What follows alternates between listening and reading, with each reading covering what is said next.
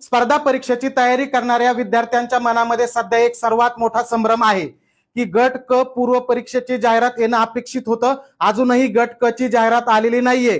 तसंच अनेक विद्यार्थी त्याचा अभ्यासक्रम बदलणार आहे आणि नंतर जाहिरात येणार आहे अशा प्रकारचं सुद्धा म्हणत आहेत. नेमकं तथ्य काय आहे याच्या संबंधी आयोगाने पत्रक काढून आपल्या सर्वांना माहिती दिलेली आहे. इथं पत्रक तुम्हाला दिसतंय 19 जून 2026 चं.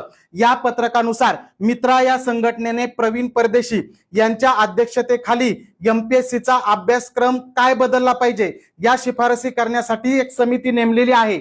ही समिती जी गठीत केलेली आहे त्याचा अहवाल आल्यानंतरच गट क ची पूर्व परीक्षा होईल असं समाज माध्यमामध्ये सांगण्यात येत आहे असं आयोग म्हणत आहे. पण आयोगाचं पुढे असं म्हणणं आहे की अभ्यासक्रमाचे पुनरावलोकन करण्याची प्रक्रिया ही निरंतर स्वरूपाची असते आणि अभ्यासक्रम बदलत असताना समिती शिफारस करते आणि समिती ते शिफारस केल्यानंतर आयोग रीतसर त्याला मान्यता देत असतं आणि मान्यता दिल्यानंतर विद्यार्थ्यांना अभ्यासासाठी काही वेळ देत असतं आणि नंतर नवीन सिलेबस लागू होत असतो. हे आयोग म्हणतं त्यांच्या पत्रकामध्ये. लक्षात ठेवा, म्हणजे गट क ची जी पूर्व परीक्षा असेल किंवा मुख्य परीक्षा असेल ही नवीन अभ्यासक्रमानुसार होणार नाहीये. त्यांनी स्पष्टपणे सांगितलेलं आहे 2026 ची गट क ची जाहिरात लवकरच निघणार आहे आणि पूर्व परीक्षेचा सुद्धा आणि मुख्य परीक्षेचा सुद्धा अभ्यासक्रमामध्ये कोणताही बदल होणार नाही. विद्यार्थी मित्रांनो, आता कधीही जाहिरात येऊ शकते.